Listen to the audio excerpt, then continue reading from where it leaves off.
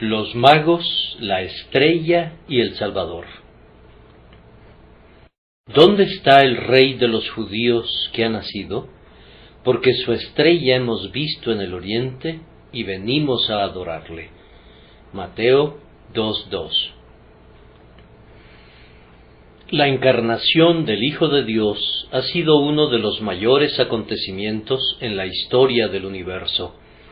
Con todo, el suceso no fue algo de lo que se enterara la humanidad entera, ya que fue revelado especialmente a los pastores de Belén y a ciertos magos del oriente.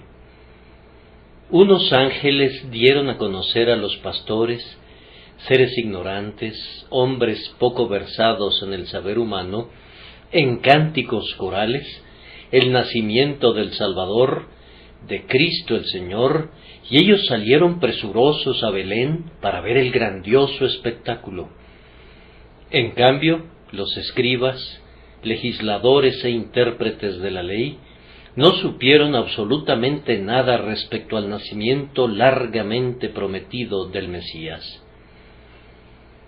No hubo una multitud de las huestes angélicas que entrara en la asamblea del Sanedrín para proclamar que el Cristo había nacido, y cuando fueron convocados los principales sacerdotes y los fariseos, a pesar de que disponían de copias de la ley para considerar dónde había de nacer el Cristo, desconocían que ya hubiera nacido, y se tiene la impresión de que sólo tenían un interés pasajero en el asunto, a pesar de que podrían haber sabido que entonces era el tiempo del que habían hablado los profetas para la venida del grandioso Mesías.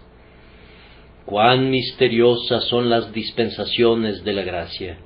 Lo vil es escogido y lo eminente es soslayado. El advenimiento del Redentor es revelado a unos pastores que cuidaban sus rebaños de ovejas durante la noche, pero no a esos otros pastores cuyas ovejas sumidas en la ignorancia eran entregadas al descarrío. Admiren en eso la soberanía de Dios. Las buenas nuevas fueron dadas a conocer también a unos sabios, a unos magos que eran estudiosos de las estrellas y de los antiguos libros proféticos del lejano oriente. No sería posible decir cuán lejos se encontraba su país de origen. Pudiera haber estado tan distante que el viaje tomara casi 2 años, que es el tiempo que mencionaron concerniente a la aparición de la estrella. Los viajes eran lentos en aquellos días, y estaban rodeados de dificultades y de muchos peligros. Pudieran haber llegado de Persia, o de la India, o de Tartaria, o aún de la misteriosa tierra de Sinim, conocida por nosotros ahora como China. Si así fue, extraño y ordinario debe de haber sido el lenguaje de quienes adoraban alrededor del niño de Belén, y con todo, él no necesitó de ningún intérprete para entender y aceptar su adoración.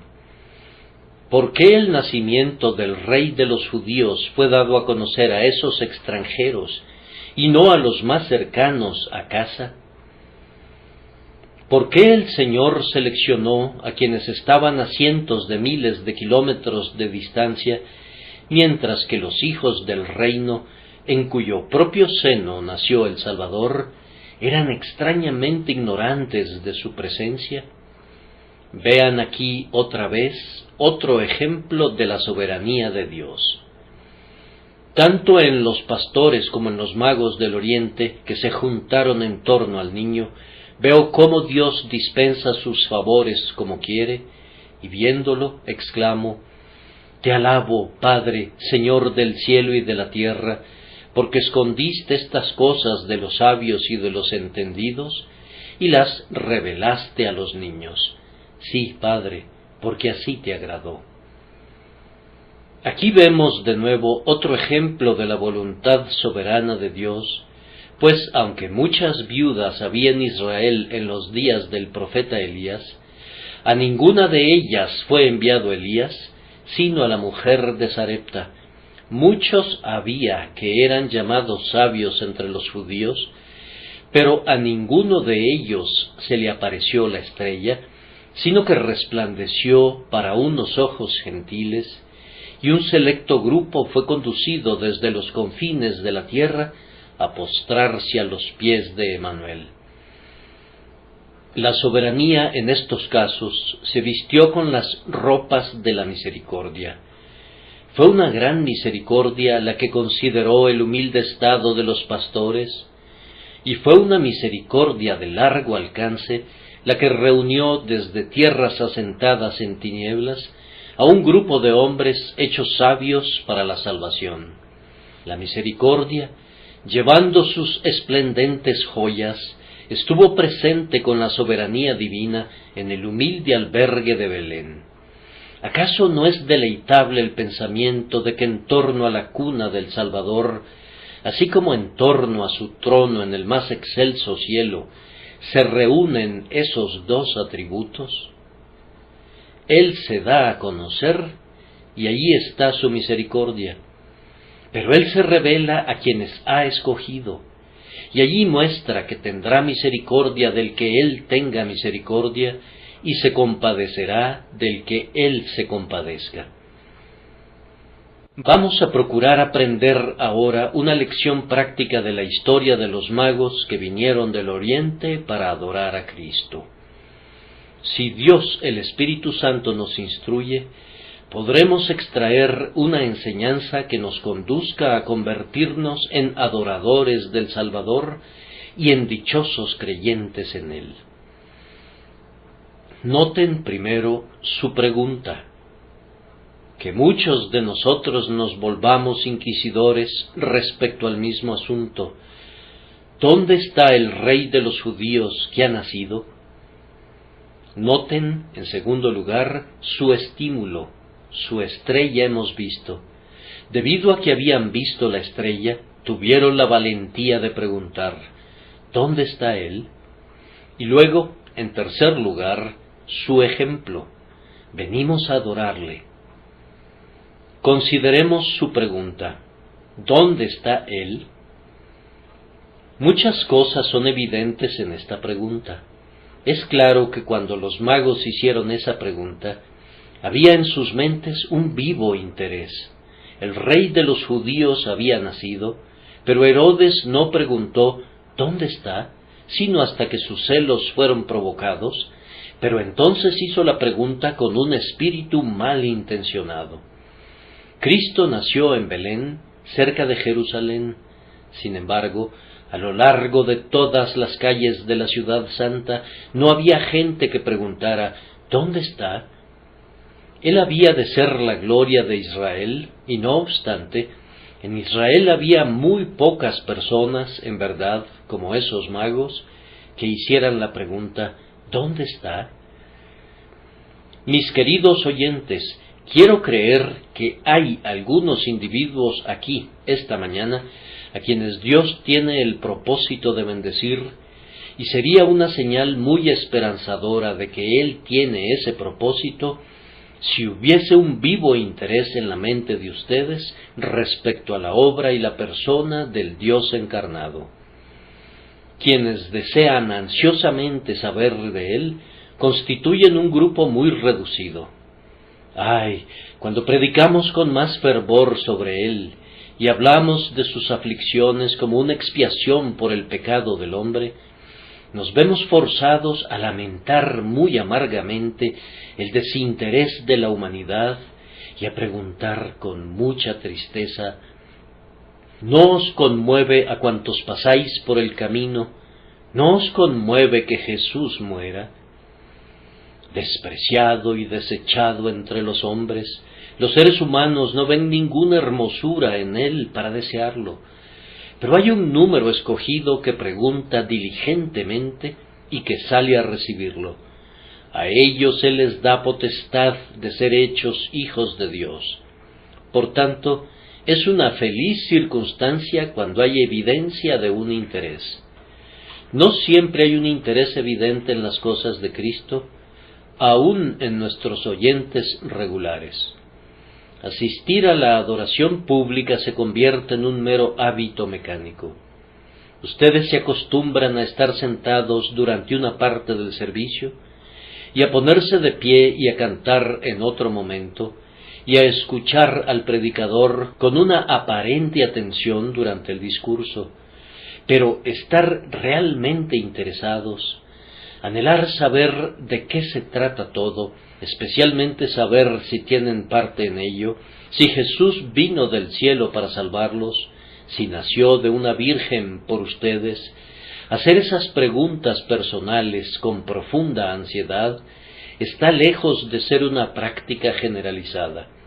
Quiera Dios que todos los que tienen oídos para oír, oigan en verdad. Es un signo muy esperanzador siempre que la palabra es oída con un solemne interés. Fue dicho a los antiguos: preguntarán por el camino de Sión, hacia donde volverán sus rostros. Cuando un hombre escucha con profunda atención la palabra de Dios, cuando escudriña el libro de Dios y se entrega a una meditación profunda con miras a entender el Evangelio, tenemos mucha esperanza en él. Cuando piensa que hay algo de peso e importancia, algo digno de saberse en el Evangelio de Jesús, entonces cobramos ánimo para esperar buenas cosas de él. Pero en el caso de los magos vemos no sólo una muestra de interés, sino la confesión de una creencia. Ellos preguntaron: ¿dónde está el rey de los judíos que ha nacido? Por tanto, estaban plenamente convencidos de que él era el rey de los judíos y que había nacido hacía poco tiempo. Como predicador yo siento que es una gran misericordia que tenga que tratar generalmente con personas que poseen algún grado de fe en las cosas de Dios. Qué bueno sería que tuviéramos más misiones para quienes no tienen ningún tipo de fe y ningún conocimiento de Cristo. Esperamos que llegue el día cuando Cristo sea conocido en todas partes. Pero aquí, en casa, con la mayoría de ustedes, tenemos algo con lo que podemos comenzar. Ustedes creen algo acerca de Jesús de Nazaret, el Rey de los judíos que ha nacido. Aprecien lo que ya han creído. No considero que sea poca ventaja que un joven crea que su Biblia es verdadera. Hay algunos que tienen una ardua lucha para llegar hasta ese punto, pues una formación infiel ha deformado sus mentes. Por supuesto que no se trata de una ventaja que vaya a salvarlos, pues muchos descienden al infierno creyendo que las Escrituras son verdaderas y así acumulan culpa sobre ellos mismos por eso mismo. Pero tener la seguridad de que tienen la palabra de Dios ante ustedes y no inquietarse con preguntas acerca de su inspiración y autenticidad, es ya ocupar un excelente terreno estratégico. O que pudieran ir desde ese punto de fe hasta otro y convertirse en ardientes creyentes en Jesús. Estos magos habían avanzado tanto que contaban con un apalancamiento para un nuevo aumento de su fe, pues creían que Cristo había nacido y que había nacido siendo rey. Muchos que no son salvos saben que Jesús es el Hijo de Dios. No tenemos que argumentar con ustedes esta mañana para sacarlos del socinianismo. No, ustedes creen que Jesús es el divino Salvador. Tampoco tenemos que razonar contra dudas y escepticismos respecto a la expiación, pues estas cosas no los dejan perplejos. Esa es una gran misericordia. Ustedes ocupan ciertamente la posición de personas altamente favorecidas. Quiero confiar en que tendrán la gracia para hacer uso de esa posición favorable en la que Dios los ha colocado. Valoren lo que ya han recibido. Cuando los ojos de un hombre han estado cerrados largamente en las tinieblas, si el oculista le da un poco de luz, está muy agradecido por ello y tiene la esperanza de que el ojo no esté destruido, que tal vez gracias a otra operación le puedan quitar más escamas y la luz plena pueda entrar a raudales en el entenebrecido globo ocular. Oh alma, que pronto pasarás al otro mundo, que estás tan segura de perderte a menos que tengas la luz divina, que estás tan segura de ser echada a las tinieblas de afuera, donde hay llanto y gritos y crujir de dientes, debes estar agradecida por una chispa de luz celestial. Valórala, atesórala, ten ansiedad respecto a ella para que pueda llegar a algo más. ¿Y qué sabemos si el Señor vaya a bendecirte con la plenitud de su verdad? Cuando se construyó el gran puente sobre el Niágara, la dificultad consistía en pasar la primera cuerda a través de la ancha corriente. He leído que pudieron hacerlo volando un cometa y dejándolo caer en la ribera opuesta. El cometa transportó un trozo de lazo. El lazo iba atado a una cuerda, a la cuerda iba atada una soga, y a la soga iba atada otra soga más fuerte, y poco a poco llegaron de un lado al otro del Niágara y concluyeron la construcción del puente. De igual manera, Dios obra gradualmente. Es un hermoso espectáculo ver un poco de interés en los corazones humanos respecto a las cosas divinas, ver algún pequeño anhelo de Cristo, algún débil deseo de saber quién es y qué es, y si está disponible para el caso del pecador. Esta hambre conducirá a un anhelo vehemente de más cosas, y ese anhelo vehemente será seguido por otro, hasta que al fin el alma encontrará a su Señor y quedará satisfecha en él. Por tanto, en el caso de los magos había evidencia de un interés y de una cierta medida de profesión de fe, como espero que la haya en algunos de los presentes. Además, en el caso de los magos, vemos una ignorancia admitida. Los estudiosos nunca desdeñan hacer preguntas porque son hombres sabios. Así que los magos preguntaron, ¿dónde está? Personas que han tomado el nombre y el grado de sabios y son consideradas en esa categoría, piensan algunas veces que está por debajo de su nivel confesar algún grado de ignorancia. Pero quienes son realmente sabios no piensan así. Están demasiado bien instruidos como para ignorar su propia ignorancia. Muchos hombres habrían podido ser sabios con solo que hubieran estado conscientes de que eran necios. El conocimiento de nuestra ignorancia es el escalón de la puerta del templo del conocimiento. Algunos piensan que saben y por eso nunca llegan a saber. De haber sabido que estaban ciegos, pronto habrían sido conducidos a ver, pero como dicen, vemos, su ceguera permanece. Amado oyente, ¿necesitas encontrar un Salvador? ¿Quisieras de buen grado que todos tus pecados fueran borrados? ¿Quisieras ser reconciliado con Dios por medio de Jesucristo? Entonces, que no te dé vergüenza preguntar, admite que no sabes. ¿Cómo podrías saber si el cielo no te enseñara? ¿Cómo podría alguien alcanzar el conocimiento de las cosas divinas, a menos que le sea dado de arriba? ¿Todos nosotros hemos de ser instruidos por el Espíritu de Dios, o seremos necios para siempre? Saber que debemos ser instruidos por el Espíritu Santo es una de las primeras lecciones que el propio Espíritu Santo nos enseña.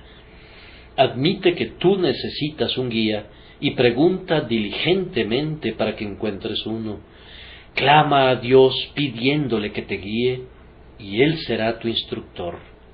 No seas altivo ni autosuficiente. Pide la luz celestial y la recibirás. ¿Acaso no es mejor que le pidas a Dios que te enseñe, en vez de confiar en tu propia razón desvalida? Dobla entonces la rodilla y confiesa tu propensión a errar y di, enséñame tú lo que no sé. Noten, sin embargo, que los magos no estaban contentos con admitir su ignorancia, sino que, en su caso, solicitaron información. No se puede saber dónde comenzaron a preguntar. Pensaron que lo más probable era que Jesús fuera conocido en el área metropolitana de la ciudad. ¿Acaso no era el rey de los judíos? ¿Dónde era más probable que lo conocieran sino en la capital? Fueron, por tanto, a Jerusalén. Tal vez les preguntaran a los que custodiaban las puertas, ¿dónde está el rey de los judíos que ha nacido? Y los guardas se rieron de ellos hasta el escarnio y replicaron, no conocemos a ningún rey que no sea Herodes. Luego se toparon con algún vagabundo en las calles y a él le preguntaron, ¿dónde está el rey de los judíos que ha nacido? Y él les respondió, ¿a mí qué me importan esas preguntas disparatadas? Estoy buscando a alguien que beba conmigo. Le preguntaron a un comerciante, pero él se burló y dijo, no se preocupen por los reyes. ¿Qué me van a comprar? ¿O qué tengo para venderles? ¿Dónde está el rey de los judíos que ha nacido? Le preguntaron a un saduceo, y él les respondió, no sean tan tontos como para hablar de esa manera, o si lo hacen, les ruego que visiten a mi amigo el fariseo. Se toparon con una mujer en las calles y le preguntaron, ¿dónde está el rey de los judíos que ha nacido?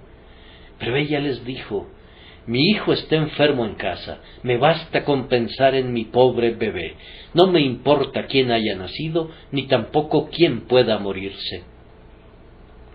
Cuando fueron a los barrios más exclusivos, sólo obtuvieron una pobre información, pero no se contentaron hasta no haber aprendido todo lo que pudiera saberse. Ellos no sabían al principio dónde estaba el rey recién nacido, pero recurrieron a todos los medios para encontrarlo y solicitaron información de todos los que pudieran ayudarles. Es agradable ver la santa avidez de un alma a la que Dios ha vivificado. Clama, he de ser salvada, sé algo del camino de la salvación y estoy agradecida por eso, pero no sé todo lo que necesito saber y no puedo quedarme satisfecha hasta no saberlo. Si ha de encontrarse un Salvador debajo de la bóveda celeste, yo lo encontraré. Si ese libro puede enseñarme cómo ser salvo, voy a pasar sus páginas día y noche, y si cualquier libro a mi alcance puede ayudarme, no voy a ahorrar ningún aceite nocturno por si puedo, leyéndolo, encontrar a Cristo, mi Salvador. Si hubiese alguien cuya predicación haya sido bendecida para las almas de los demás, voy a colgarme de sus labios por si la palabra pudiera ser bendecida para mí, pues tengo que tener a Cristo. Tenerlo o no tenerlo no es una alternativa para mí, sino que tengo que tenerlo. Mi hambre de este pan del cielo es grande, es insaciable mi sed de esta agua de vida. Díganme, cristianos, díganme, sabios, díganme, hombres buenos, dígame, cualquiera de ustedes que pueda hacerlo, ¿dónde está el rey de los judíos que ha nacido? Pues yo he de tener a Cristo, y anhelo tenerlo ahora. En referencia a estos magos del Oriente, noten adicionalmente que ellos declararon un motivo para su búsqueda de Cristo.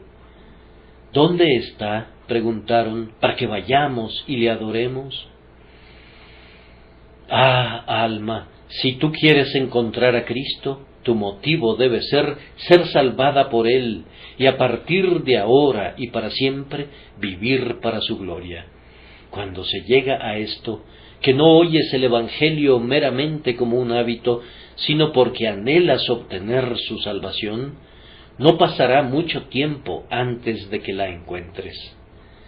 Cuando un hombre puede decir, voy a subir a la casa de Dios esta mañana, y, anhelo que Dios se reúna conmigo allí, no pasará mucho tiempo asistiendo allí en vano.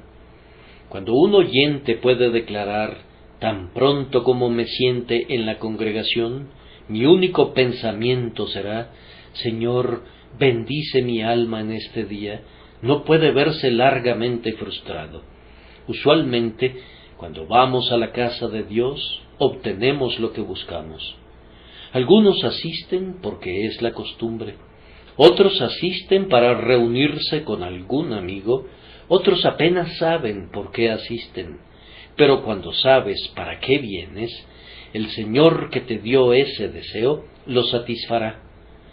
Me gustó la palabra de una amada hermana esta mañana que me habló cuando entré por la puerta trasera. Ella me dijo, caro pastor, mi alma está muy hambrienta esta mañana, anhelo que el Señor le dé alimento para mí. Yo creo que recibiremos el alimento conveniente. Cuando un pecador está muy hambriento de Cristo, Cristo está muy cerca de él. Lo peor es que muchos de ustedes no vienen para encontrar a Jesús, pues no es a Jesús a quien buscan. Si lo buscaran a Él, pronto se les aparecería. Le preguntaron a una joven durante un avivamiento, ¿cómo es que no has encontrado a Cristo? Amigo, respondió ella, pienso que es porque no lo he buscado. Así es, nadie podrá decir al final, lo busqué, pero no lo encontré. En todos los casos, al final, si Jesucristo no ha sido encontrado, tiene que ser porque no ha sido buscado devota, sincera e importunamente, pues su promesa es, buscad y hallaréis. Estos magos son un modelo para nosotros en muchas cosas, y en particular en esto, entre todo lo demás, que su motivo era claro para ellos mismos, y lo declararon a otros. Que todos nosotros busquemos a Jesús para adorarle. Un intenso denuedo acompañó en todo momento a los magos, denuedo que nos deleitaría ver en cualquiera que todavía no haya creído en Jesús. Evidentemente no eran unas personas frívolas. Venían de muy lejos, experimentaron muchas fatigas, hablaban acerca de encontrar al Rey recién nacido en una forma práctica y con sentido común. No se desanimaron por este desaire ni por aquel otro. Anhelaban encontrarlo y lo encontrarían. Es sumamente bendito ver la obra del Espíritu en los corazones de los hombres, forzándolos a anhelar que el Salvador sea su Rey y Señor, y a anhelarlo de tal manera que quieren tenerlo y no dejarán de remover ninguna piedra con la ayuda del Espíritu Santo hasta ser capaces de decir, hemos hallado a aquel de quien escribió Moisés en la ley, así como los profetas, y él se ha convertido en nuestra salvación. ¿Me dirijo en este momento a alguien en particular? Confío que así sea. Hace algunos años había un joven quien, en una mañana muy parecida a esta, fría, nevada, oscura, entró a una casa de oración, así como ustedes lo han hecho hoy. Al venir aquí esta mañana me acordé de aquel joven. Me dije, esta mañana el clima es tan inclemente que voy a tener una muy escasa asistencia, pero, tal vez, entre esa gente, haya alguien como aquel joven. Para ser claro con ustedes, me consoló pensar que en la mañana cuando Dios bendijo mi alma, el predicador tenía una congregación muy pequeña y era una mañana fría y glacial, y por tanto, esta mañana me dije, ¿por qué no habría de realizar alegremente mi tarea y predicar aunque solo hubiese una docena de personas allí? Pues Jesús podría tener la intención de revelarse a alguien, tal como lo hizo conmigo, y esa única persona podría ser una ganadora de almas y el instrumento de la salvación de decenas de miles de personas en los años venideros. Me pregunto si eso va a ocurrirle a aquel joven que está por allá, pues confío que tenga la misma pregunta que tenían los magos en sus labios. Yo espero que no apague esos deseos que arden ahora en su interior, sino que más bien la chispa sea atizada hasta convertirse en llama y que este día sea testigo de su decisión por Jesús. Oh, ¿ha mirado el Señor a esa joven mujer, o a ese amado niño, o a aquel anciano? Yo no sé quién pudiera ser, pero en verdad voy a bendecir a Dios esta mañana si, proveniente de muchos labios, pudiese oírse el clamor: Señores, ¿qué debo hacer para ser salvo? Habiendo hablado de su pregunta, voy a notar ahora su motivación. Algo fue lo que motivó a estos magos a buscar a Jesús. Fue esto: su estrella hemos visto. Ahora bien, la mayoría de ustedes, buscadores de Cristo, tienen una gran motivación en el hecho de que han oído su Evangelio. Viven en una tierra en la que tienen las Escrituras y en la que las ordenanzas de la casa de Dios son administradas libremente. Estas son, por decirlo así, la estrella de Cristo. Tienen el propósito de conducirlos a Él mismo. Observen aquí que ver su estrella era un gran favor. No les fue concedido a todos los moradores en el oriente o en el occidente que vieran su estrella. Esos hombres, por tanto, eran altamente privilegiados. No es dado a toda la humanidad oír el Evangelio. Jesús no es predicado en todas nuestras calles. Su cruz no es levantada en alto, ni siquiera en cada lugar dedicado a su adoración. Tú eres muy favorecido, oh amigo mío, si has visto la estrella, el Evangelio que apunta a Jesús. Ver la estrella entrañó para esos magos una gran responsabilidad. Supongan que esos sabios hubiesen visto su estrella, pero que no se hubiesen puesto en camino para adorarle. Entonces habrían sido mucho más culpables que otros individuos que, no habiendo recibido tal indicación del cielo, habrían sido incapaces de no hacerle caso. O piensen en la responsabilidad de algunos de ustedes que en su niñez oyeron acerca de un Salvador y por quienes una madre ha llorado durante muchos años. Ustedes conocen la verdad, al menos en su teoría. Tienen la responsabilidad de haber visto su estrella. Los magos no consideraron el favor de ver la estrella como un asunto que bastaba. No dijeron: hemos visto su estrella y eso basta. Muchos dicen: bien, asistimos a un lugar de adoración regularmente. ¿No basta con eso? Hay quienes dicen: nosotros fuimos bautizados, el bautismo trajo consigo la regeneración, acudimos al sacramento, ¿y no alcanzamos gracia por su medio? Pobres almas, confunden a la estrella que conduce a Cristo con Cristo mismo y adoran a la estrella en vez de adorar al Señor. Oh, que ninguno de ustedes sea tan necio como para confiar en las ordenanzas externas. Si dependieran de los sacramentos o de la adoración pública, Dios les diría: no me traigáis más vana ofrenda, el incienso me es abominación. ¿Quién demanda esto de vuestras manos cuando venís a presentaros delante de mí para hollar mis atrios? ¿Qué importancia tienen para Dios las formas y las ceremonias externas? Cuando veo que los hombres se ponen capas blancas y estolas y manípulos y cantan sus oraciones y hacen reverencias y genuflexiones, me pregunto qué tipo de Dios es el que ellos adoran. Ciertamente debe tener más afinidad con los dioses de los paganos que con el grandioso Jehová que ha hecho los cielos y la tierra. Observen detenidamente la gloria excepcional de las obras de Jehová en tierra y mar. Contemplen los cielos y sus incontables huestes de estrellas. Escuchen el aullar de los vientos y la furia del huracán.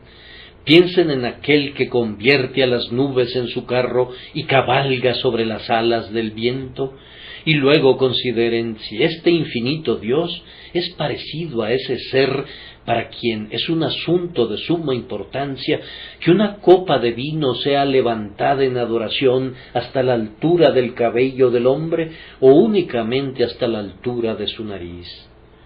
Oh necia generación que piensa que Jehová está contenido en sus templos hechos con manos y que se preocupa por sus vestimentas, sus procesiones, sus posturas y sus genuflexiones. Ustedes se pelean por su ritual y lo consideran hasta en las jotas y en las tildes. Ciertamente no conocen al glorioso Jehová si conciben que estas cosas le producen algún placer. Es más, amados, deseamos adorar al Altísimo con toda la sencillez y sinceridad de espíritu, y no detenernos nunca en la forma externa, para no ser lo suficientemente necios de pensar que basta ver la estrella y por eso dejar de encontrar al Dios encarnado. Noten bien que estos magos no encontraron satisfacción en lo que ellos mismos habían hecho para llegar al niño. Como hemos observado, es posible que hubieran llegado desde cientos de kilómetros de distancia, pero no lo mencionaron. No se sentaron a decir, bien, hemos viajado a través de desiertos, sobre montes y hemos atravesado ríos, eso basta. No, tenían que encontrar al rey que acababa de nacer y ninguna otra cosa les satisfaría. No digas, querido oyente, he estado orando durante meses, he estado escudriñando las Escrituras durante semanas para encontrar al Salvador. Me alegra que hayas hecho eso, pero no descanses ahí. Tienes que llegar a Cristo, o de lo contrario perecerás a pesar de todo tu esfuerzo y de todos tus problemas. Necesitas a Jesús, nada más que Jesús, pero nada menos que Jesús. Tampoco has de estar satisfecho con viajar en el camino en el que la estrella te guíe. Tienes que llegar a Él. No te quedes corto de la vida eterna, aférrate a ella, no la busques ni la anheles simplemente, sino que has de apoderarte de la vida eterna y no has de estar contento hasta que sea un hecho confirmado que Jesucristo es tuyo. Quisiera que notaran cómo estos magos no se quedaron satisfechos con el simple hecho de llegar a Jerusalén.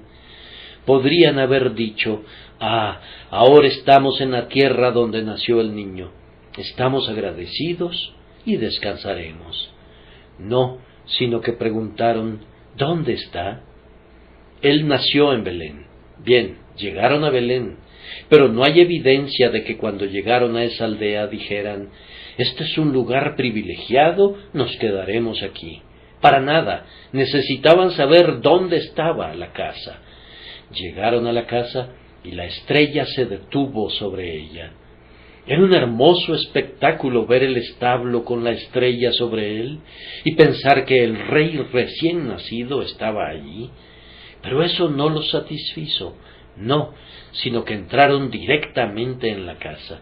No descansaron hasta que vieron al propio niño y le adoraron. Yo oro pidiendo que ustedes y yo seamos guiados de tal manera por el Espíritu de Dios que no aceptemos nada que no sea asir realmente a Cristo, una visión de fe de Cristo como un Salvador, como nuestro Salvador ahora. Si hubiese un peligro por encima de cualquier otro que el joven buscador tenga que enfrentar, es el peligro de quedarse corto de una sólida fe en Jesucristo. Mientras tu corazón sea blando como la cera, cuídate de que ningún sello, salvo el de Cristo, sea estampado en él.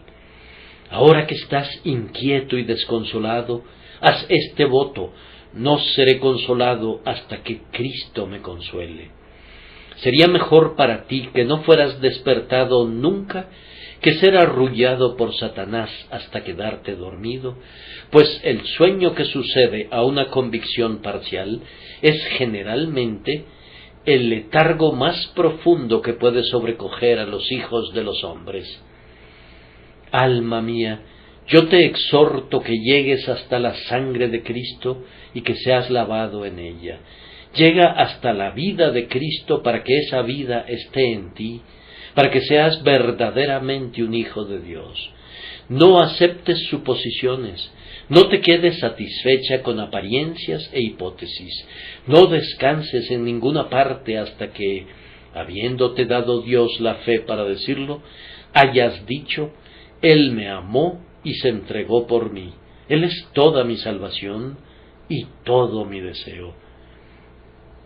Vean entonces cómo estos magos no fueron conducidos por la visión de la estrella a mantenerse lejos de Cristo, sino que más bien fueron animados por ella a venir a Cristo. Y tú también, caro buscador, anímate esta mañana a venir a Jesús por el hecho de que eres bendecido con el Evangelio. ¿Has recibido una invitación para venir a Jesús? ¿Tienes los movimientos del Espíritu de Dios en tu conciencia que te están despertando? Oh, ven, ven y sé bienvenido, y deja que este crudo día de invierno sea un día de fulgor y de alegría para muchas almas que están buscando. He convertido mis pensamientos sobre este último encabezado en unos versos, y voy a repetir las líneas. Oh, ¿dónde está Cristo, mi Rey? Languidezco por verlo, gustosamente me postraría en adoración, pues Él es el deleite de mi alma. Es a Él, es sólo a Él al que busco, ni menos ni más. O sobre su cruz, o sobre su trono, le adoraría igualmente. Los magos vieron su estrella, pero no se quedaron contentos con eso. El camino era áspero, la distancia lejana, no obstante, siguieron en ese camino. Y ahora que mis pensamientos disciernen la señal de que Cristo está cerca, ardo con un amor insaciable para disfrutar de su compañía. Ninguna estrella ni señal celestial pueden llenar el deseo de mi alma. De Él, mi Señor, mi divino Rey, mi alma tiene todavía sed. Y ahora vamos a concluir considerando el ejemplo de estos magos. Ellos vinieron hasta Jesús y al llegar hicieron tres cosas: vieron, adoraron y dieron. Esas son tres cosas que cada creyente podría repetir aquí esta mañana y que cada buscador debería realizar por primera vez. Primero, vieron al niño recién nacido. No creo que hayan dicho simplemente «ahí está» y que así acabara el asunto, sino que se detuvieron y miraron. Tal vez enmudecieran durante algunos minutos. No me cabe duda de que en su rostro se transparentaba una belleza sobrenatural. Si la belleza era evidente a toda mirada, yo no lo sé, pero para los ojos de los magos ciertamente había una atracción sobrehumana. El Dios encarnado. Miraron con mucha atención. Miraron y miraron y miraron repetidamente. Vieron a su madre, pero detuvieron su mirada en Él. Vieron al niño. Así también pensemos en Jesús esta mañana con un pensamiento fijo y continuo. Él es Dios, Él es hombre, Él es el sustituto de los pecadores. Él está anuente a recibir a todos los que confíen en Él. Él salvará y salvará esta mañana a todos los que confiemos en Él. Piensen en Él. Si están en casa esta tarde, dediquen un tiempo a pensar en Él. Visualícenlo con su mente, consideren y admírenlo. ¿Acaso no es un portento que Dios entre en unión con el hombre y que venga a este mundo como un tierno infante? Aquel que hizo los cielos y la tierra es estrechado en el pecho de una madre. El Verbo se hizo carne para redimirnos. Esta verdad engendrará la más refulgente esperanza en el interior de su alma. Si siguen la asombrosa vida de ese bebé hasta su conclusión en la cruz, yo confío que allí lo miren de tal manera que así como Moisés levantó la serpiente en el desierto y los que miraban eran sanados, así también si ustedes miran, sean sanados de todas sus enfermedades espirituales. Aunque hace ya muchos años que yo lo miré por primera vez, deseo mirar a Jesús de nuevo, el Dios encarnado. Mis ojos se anegan de lágrimas al pensar que aquel que pudo haberme aplastado en el infierno para siempre, se convierte en un tierno infante por mi causa. Véanlo todos ustedes y viéndole, adoren. ¿Qué hicieron a continuación los sabios? Ellos le adoraron. No podemos adorar apropiadamente a un Cristo que no conocemos. Al Dios desconocido provoca una pobre adoración. Pero, cuando piensan en Jesucristo, cuyas salidas eran desde la eternidad, el Hijo del Padre engendrado eternamente, y luego lo ven venir aquí para ser un hombre de la misma naturaleza que su madre, y saben y entienden por qué vino y qué hizo cuando vino, entonces se postran y adoran. Hijo de Dios, ante ti nos postramos. Tú eres Señor y sólo tú lo eres. Tú eres la simiente prometida de la mujer, tú que te desangraste por los pecadores. Nosotros adoramos a Jesús. Nuestra fe lo ve ir del pesebre a la cruz, y de la cruz directamente al trono, y allí donde habita Jehová, en medio de la sobrecogedora gloria de la presencia divina, está el hombre preciso que durmió en el pesebre en Belén. Allí reina como Señor de señores. Nuestras almas le adoran otra vez. Tú eres nuestro profeta. Cada palabra que dices, Jesús, la creemos y deseamos seguirla. Tú eres nuestro sacerdote. Tu sacrificio nos ha limpiado. Hemos sido lavados en tu sangre. Tú eres nuestro Rey. Ordena y nosotros obedeceremos. Guíanos y nosotros te seguiremos. Nosotros te adoramos. Deberíamos pasar mucho tiempo adorando al Cristo, y Él debería tener siempre el lugar más prominente en nuestra reverencia. Después de adorar, los magos presentaron sus ofrendas. Uno abrió su cofre de oro y lo puso a los pies del rey recién nacido. Otro presentó incienso, uno de los productos preciosos del país de donde provenían, y otro puso mirra a los pies del Redentor. Todas estas cosas las ofrecieron para demostrar lo genuino de su adoración. Presentaron ofrendas sustanciales con manos generosas. Y ahora, después de que hayan adorado a Cristo en el interior de su alma, y de que lo hayan visto con el ojo de la fe, no será necesario que les diga que se entreguen ustedes mismos, que le den su corazón, que le den sus riquezas.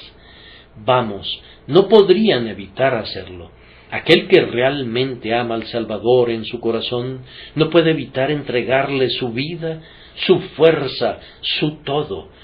Para algunas personas, cuando le dan algo a Cristo o hacen cualquier cosa por Él, se trata de un trabajo terriblemente forzado. Dicen, el amor de Cristo debería constreñirnos. Sin embargo, yo no creo que exista un texto así en la Biblia. Yo recuerdo un texto que dice así: el amor de Cristo nos constriñe. Si no nos constriñe, es porque no está en nosotros. No es meramente algo que debería ser, sino que tiene que ser. Si alguien ama a Cristo, pronto estará encontrando formas y medios de demostrar su amor por sus sacrificios. Regresa a casa, María, y toma el frasco de alabastro, y derrama el ungüento sobre su cabeza, Y si alguien te dijera, ¿para qué este desperdicio?, tú tendrás una buena respuesta, que es: a ti se te ha dado mucho y por tanto tú amas mucho. Si tienes oro, dalo. Si tienes incienso, dalo. Si tienes mirra, dalo a Jesús. Si no tienes ninguna de esas cosas, dale tu amor, todo tu amor, y eso será oro y especias, todo en uno. Dale tu lengua, habla de Él. Dale tus manos, trabaja para Él. Dale todo tu ser. Yo sé que lo harás, pues Él te amó y se entregó por ti. Que el Señor los bendiga y que esta mañana de domingo de Navidad sea un día muy memorable para muchos que se encuentran en medio de esta muchedumbre congregada aquí. Estoy sorprendido de ver a un número tan vasto aquí presente, y solo puedo esperar que la bendición sea proporcional por causa de Jesús. Amén.